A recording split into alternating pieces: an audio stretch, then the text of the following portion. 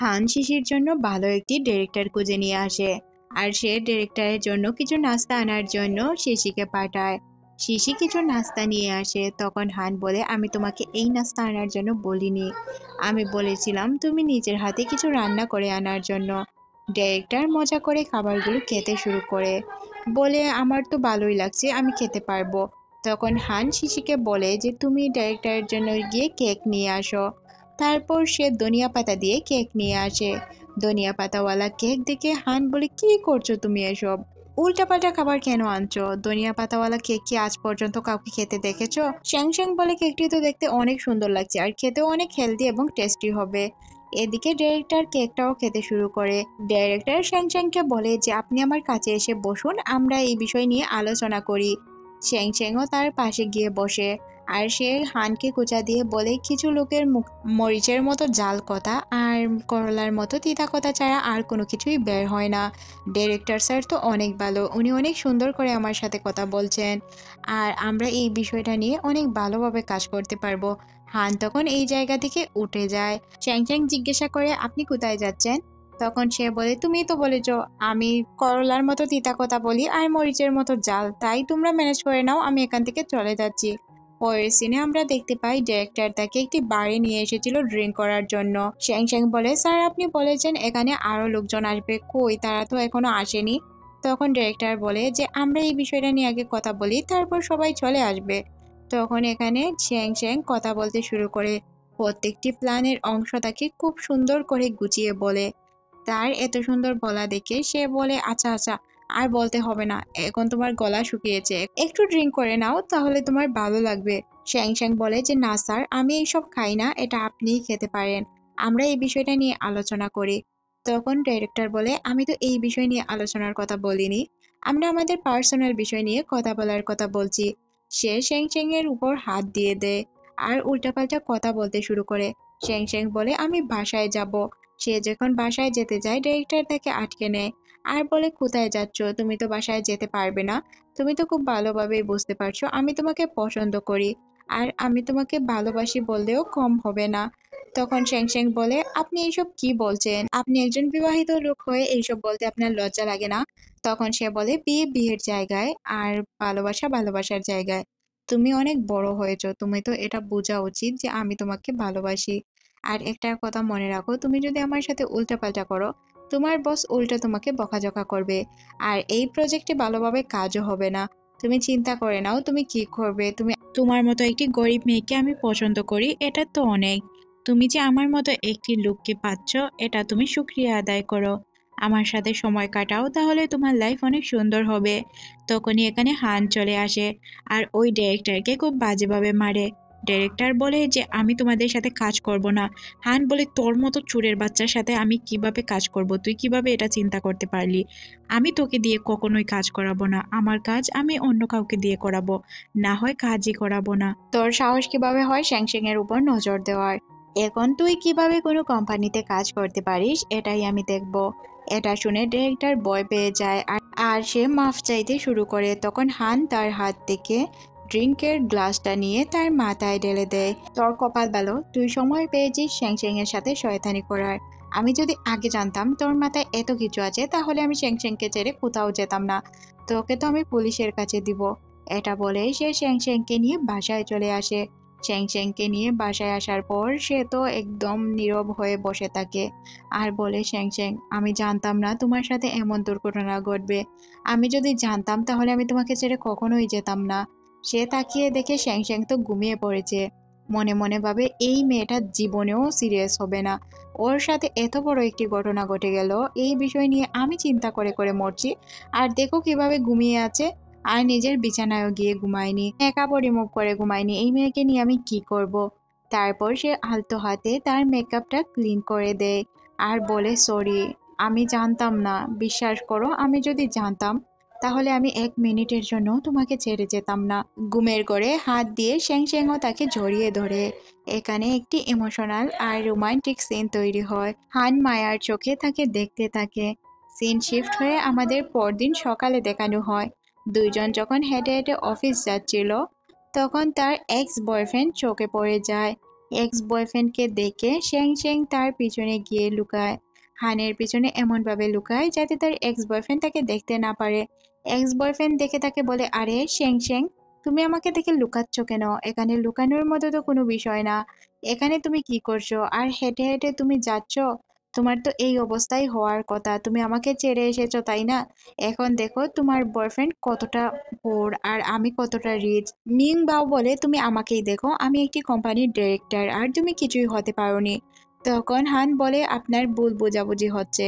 উনি হচ্ছেন আমাদের ম্যাম। আমি আসলে আজ ভুল করে লেটে অফিস চলে এসেছি, যার কারণে উনি আমাকে হাঁটিয়ে হাঁটিয়ে অফিসে নিয়ে আসছেন শাস্তি দেওয়ার জন্য। ম্যাম, আপনি কোন গাড়িটিতে যাবেন প্লিজ বলুন। এটা বলে সে অনেকগুলো গাড়ির চাবি দেখাতে শুরু করে। এখানে অ্যাক্টিংটা একটু বেশি হয়ে যাচ্ছিল, তবেও সে একটু ম্যানেজ দিয়ে নেয়। শ্যাং শ্যাং বলে, আচ্ছা আজ এত দামি গাড়িতে যেতে হবে না, আজ আমরা একটি নর্মাল গাড়ি নেই, নর্মাল গাড়ি নিয়ে চলে যাই, আমাদের মিটিং অ্যাটেন্ড করা হচ্ছে মূল উদ্দেশ্য, চলো চলো আমরা চলে যাই। এটা বলে সে গাড়ির দিকে রওনা হয়। হান তার দরজা খুলে দেয় আর এদিকে মিং বিয়াও মনে মনে ভাবতে শুরু করে, এই কি হয়ে গেল, সে এত বড় অফিসার কিভাবে হলো। শ্যাং শ্যাং হানকে বলে, স্যার প্লিজ আমাকে ক্ষমা করে দিন, আমি আপনার বাসায় সব কাজ করে দিব। সে এইভাবে তার বডিও মেসেজ করে দেয়, বলে, স্যার আমি আপনার ওয়াশরুম থেকে শুরু করে সব কিছুই ক্লিন করে দিব। প্লিজ স্যার, আপনি যে এই অ্যাক্টিংটা করেছেন এর জন্য আমি আপনার কাছে অনেক কৃতজ্ঞ। প্লিজ এভাবেই আমাকে সব জায়গায় সাপোর্ট করবেন। তখন এখানে মিং বাও চলে আসে। মিং বাওকে দেখে হান চেয়ার থেকে উঠে দাঁড়ায় আর বলে, মিস, আমি আপনার চেয়ারটি পরীক্ষা করে দেখেছি, আপনি এখন চেয়ারে বসতে পারেন, চেয়ারটি আপনার জন্য একদমই সেফ। তখন সিজি বলে, ধন্যবাদ চেক করার জন্য, আমিও বসবো, কিন্তু তোমার জন্যই অপেক্ষা করছিলাম। তখন সিজি তার চেয়ারে বসে আর বলে, কি প্রয়োজন বলো। তখন সে বলে, আমি তোমার সাথে দেখা করতে আসিনি, আমি মিস্টার হানের সাথে দেখা করতে আসছি। তখন সে বলে, মিস্টার হানের অনুপস্থিতিতে সবকিছু দেখাশোনা মিস্টার শিশি করে থাকে, আপনি চাইলে ডিলের বিষয়ে আমার সাথেই কথা বলতে পারবেন। আপনি তো কোম্পানির পক্ষ থেকে এসেছেন, তাই না? আপনি কি বলতে চান সরাসরি বলে ফেলুন, মিস্টার শিশি সবকিছু হ্যান্ডেল করে নিবে। এদিকে আমরা দেখতে পাই সে বলে, আপনাদের প্রোডাক্টের দামটা একটু বাড়াতে হবে, প্রোডাক্টের দাম এত কম হলে তো চলবে না।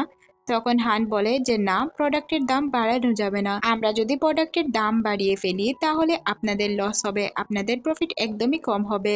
তখন সে বলে, পানি খাওয়ার কথা। হান রাগে ফুলতে শুরু করে। শিশি বলে যে প্লিজ একটু পানি খাইয়েই দাও। তখন সে যায় তাকে পানি খাওয়ানোর জন্য, তারপরও তার অনেক রাগ হচ্ছিল।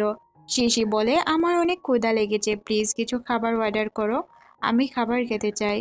হান বলে, অবশ্যই ম্যাম, আমি আপনার জন্য এক্ষুনি খাবার অর্ডার করে দিচ্ছি, আপনি কি খাবেন বলুন, আপনি যা খাবেন তাই আমি অর্ডার করে দিব।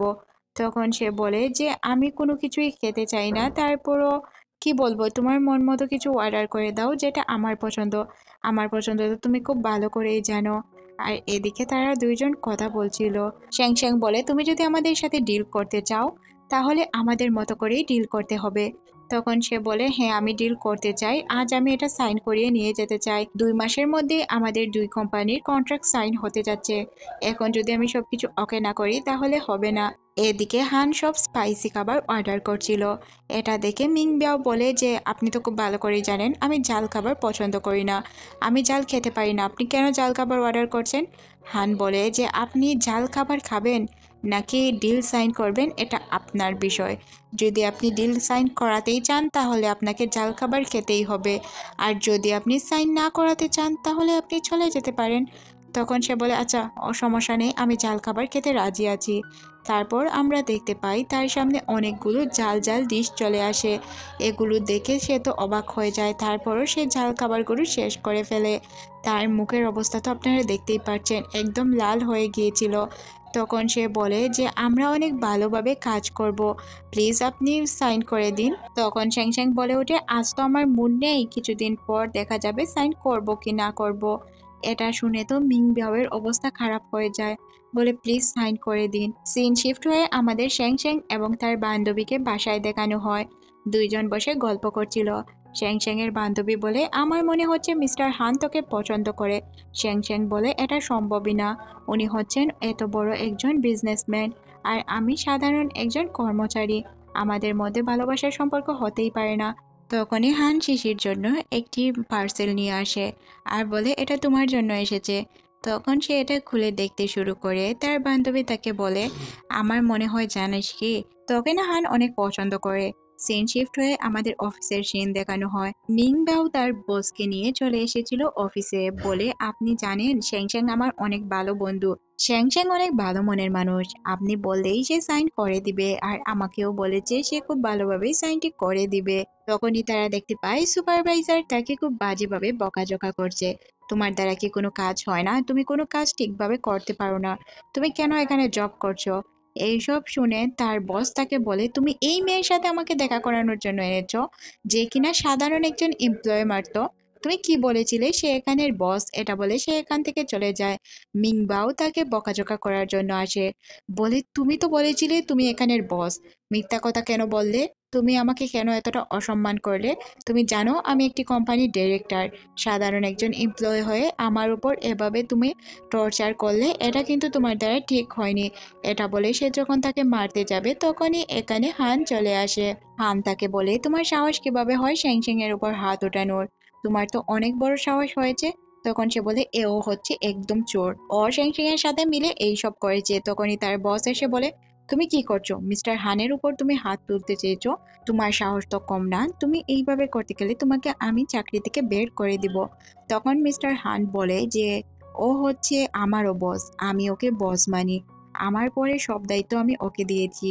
আমি যদি ওকে দায়িত্ব দিতে পারি তাহলে তোমাদের মানতে তো কোনো প্রবলেম নেই। এই প্রজেক্টে শ্যাং শ্যাং যা বলবে তাই হবে। এই প্রজেক্টের হেড আমি তাকে বানিয়ে দিলাম, আর এই অফিসেরও হেড আমি তাকে বানিয়ে দিতে পারি। তোমরা তার কথায় উঠবে বসবে, কেউ যদি ওর কথার বিরুদ্ধে যাও তাহলে আমার কোম্পানির সাথে ডিল করার কোনো প্রয়োজন নেই। শ্যাং শ্যাং যদি আমাকে না করে এই প্রজেক্টে সাইন করার জন্য, তাহলে আমি কখনোই এই প্রজেক্টে সাইন করব না। শ্যাং শ্যাং হানের কথা শুনে একদম কান্না করে দেয়। সে কি বলবে কোনো কিছুই বুঝতে পারে না। পরের সিন আমাদের মিটিংয়ে দেখানো হয়। হান সবাইকে মিটিং এর জন্য ডেকেছে। মিটিং শেষে সবাই যখন উঠে যাচ্ছিল তখন শ্যাং শ্যাং তার খাবারগুলো একটি বক্সে ঢুকায়। এটা দেখে ফেলে তার এক কলিগ। ইচ্ছা করে কলিগটি তাকে ধাক্কা দিয়ে বলে যে সরি শ্যাং শ্যাং, তোমার খাবার পড়ে যায়নি তো, তুমি যে বেঁচে যাওয়া খাবারগুলো নিচ্ছিলে, এটা বক্স থেকে যদি পড়ে যেত তাহলে প্রবলেম হয়ে যেত। সে আসলে এইসব ইচ্ছা করেই করেছিল।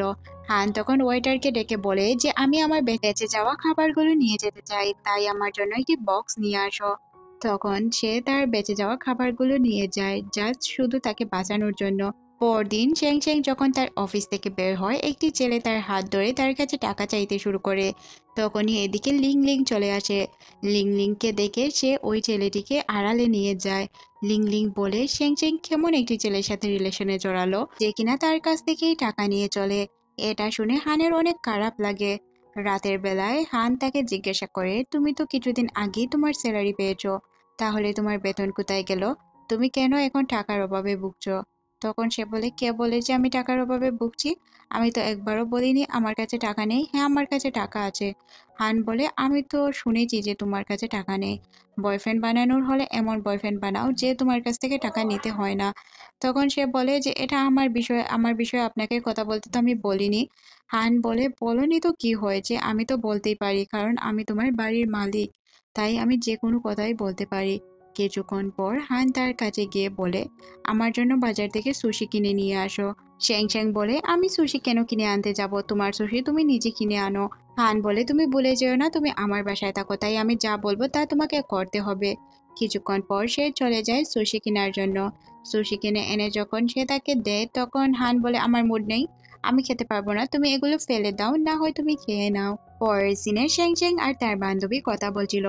তার বান্ধবী বলে, স্যারের কি হলো, তোর সাথে এমন ভাবে কথা বলছে? তখন শ্যাং শ্যাং বলে, আমি নিজেও জানি না ওর কি হয়েছে, আমার সাথে এমন ব্যবহার করছে কেন, উনি তো আমার সাথে কখনো এমন ব্যবহার করেন না। পরের সিন অফিসের দেখানো হয়। যে প্রোডাক্টগুলো তাদের অ্যাডভার্টাইজ করার কথা ছিল ওই প্রোডাক্টগুলো পাওয়া যাচ্ছে না, সবাই অনেক দুশ্চিন্তায় পড়ে যায়।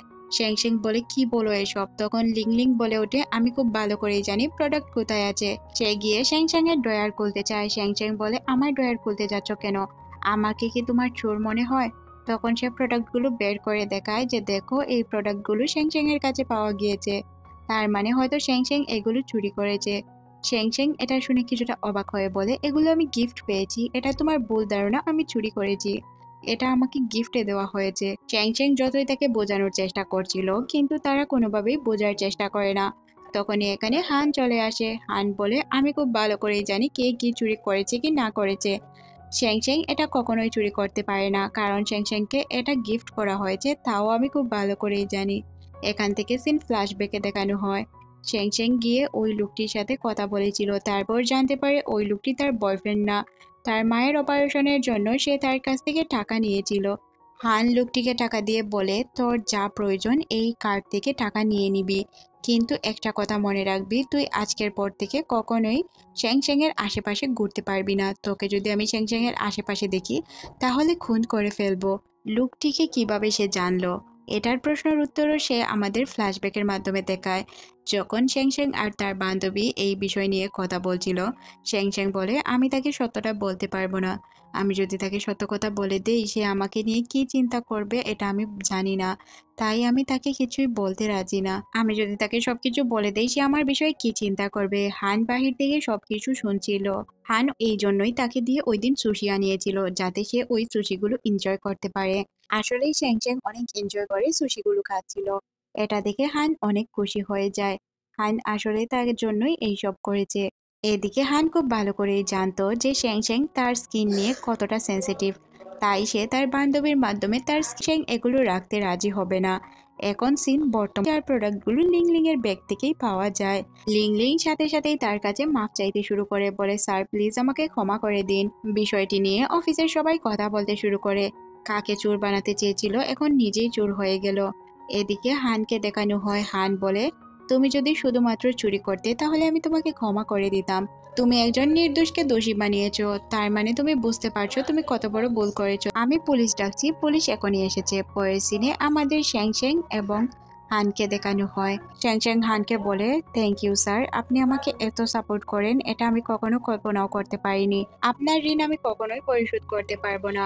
হান বলে তোমার যে কোনো সমস্যা হলে আমাকে বলবে, আমি তোমার যে কোনো প্রবলেমে সবার আগে দাঁড়াতে চাই। তোমার সব সমস্যা আমি সমাধান করে দিব। যদি আমি সমাধান না করতে পারি তাহলে আমি আমার নিজের আড্ডা দিচ্ছিল। তখনই এখানে শ্যাং শ্যাং চলে আসে। শ্যাং শ্যাং তাকে আজ প্রপোজ করতে চাচ্ছিল, তবে সে করতে পারে না। এদিকে সিন বর্তমানে চলে আসে। ফ্যান্সি এবং শ্যাং শ্যাংকে একসাথে আমরা দেখতে পাই। তারা অনেক সুন্দর করে এডের শুট করছিল। তাদের দুইজনকে এত কাছে দেখে খুব বেশি রেগে যাচ্ছিল হান। শুটিং এর মধ্যেখানে হান কিভাবে তাদের অ্যাক্টিং বন্ধ করবে এটাই চিন্তা করে পারছিল না। সে বারবার শুধু বলছিল, তাদেরকে আলাদা করা দেখে সে অনেক খুশিও হয়ে যায়। তার অ্যাসিস্ট্যান্ট বলে স্যার আপনি তো একদম ফার্স্ট ক্লাস। এদিকে যখন তার শুটিং শেষ হয় তার অ্যাক্টিং দেখে প্রত্যেকটি মেয়ে বলছিল ওয়াও ও দেখতে এত সুন্দর, এত প্রিটি, এত কিউট। এই কথাগুলো শুনে হানের আরও মেজাজ গরম হচ্ছিল। সে মনে মনে ভাবে আমি কি দেখতে কম সুন্দর, আমার দিকে কেউ নজর দেয় না। তখন সে সব মেয়েদেরকে বলে এই মেয়েরা তোমরা এখান থেকে চলে যাও। রাতের বেলায় হান ওয়াশরুমে বসে থাকে। সে চিন্তা করে কিভাবে সে সুন্দর হবে, তাই সে শ্যাং চ্যাং এর ক্রিমটা ইউজ করার কথা চিন্তা করে। বাহির থেকে শ্যাং চ্যাং তাকে ডাকছিল, বলছিল এতক্ষণ ওয়াশরুমে কি করছেন আপনি, প্লিজ স্যার বেরিয়ে আসুন। তখন সে বলে হ্যাঁ এক্ষুনি আসছি। যখনই সে ওয়াশরুমের দরজা খুলে শ্যাং চ্যাং তার ক্রিম এখানে দেখতে পায়। বলে স্যার আপনি কি এই ক্রিমটা অ্যাপ্লাই করছিলেন? তখন সে বলে আমি তোমার ক্রিম ইউজ করতে যাব কেন বলো তো। পরদিন সকালে হান তার অফিসের জন্য রওনা হয়। সে আর তার ম্যানেজার কাজ ঠিকভাবে করো। ফ্রান্সি বলে দেখো আমি শ্যাং চ্যাংকে অনেক আগে থেকেই পছন্দ করতাম। স্কুলে থাকা অবস্থায় তাকে আমি ভালোবাসতাম, কিন্তু তাকে কখনোই আমি এই কথাটি বলতে পারিনি। আজ থেকে 4 বছর কেটে গিয়েছে কিন্তু আমি এক মুহূর্তের জন্য শ্যাং চ্যাংকে বলতে পারিনি। তুমি কি বলছো আমি শ্যাং চ্যাংকে ভুলে যাব? এখান থেকে সিন ফ্ল্যাশব্যাকে নিয়ে যাওয়া হয়। শ্যাং চ্যাং যখন তাকে বলতে এসেছিল তখন সে তার কথা শুনতে পারেনি। সে যখন শ্যাং চ্যাং এর পিছু পিছু যায় তার ম্যানেজার তাকে আটকে বলে তুমি এটা কখনোই করতে পারো না। 4 বছর তুমি আমাদের সাথে ডিলে আবদ্ধ হচ্ছ আমাদের কোম্পানির সাথে। তুমি যদি এই রুল ভাঙো তাহলে তোমাকে 2 মিলিয়ন টাকা পে করতে হবে, না হয় তোমাকে কারোর সাথে রিলেশনে জড়ানো যাবে না। 4 বছর পর যখন তোমার এটা শেষ হয়ে যাবে তখন তুমি যা মন চায় তা করতে পারো। এই জন্য আসলে মূলত সে প্রপোজ করতে পারেনি। সে এখন বলে আমি এখন তাকে প্রপোজ করতে চাই, আমার লাইফ পার্টনার বানাতে চাই। এক মুহূর্তের জন্য আমি শ্যাং চ্যাংকে বলতে পারিনি। এটা শুনে রেগে যায় হান। তখনই এখানে শ্যাং চ্যাং চলে আসে। শ্যাং শ্যাং ফান্সিকে দেখে অনেক খুশি হয়। ফান্সি তাকে বলে, আমার সাথে কি ডিনারে যাবে? শ্যাং শ্যাং কি বলে, এটা আমাদের দেখানো হয় না। তবে হান অনেক রেগে এখান থেকে চলে যায়।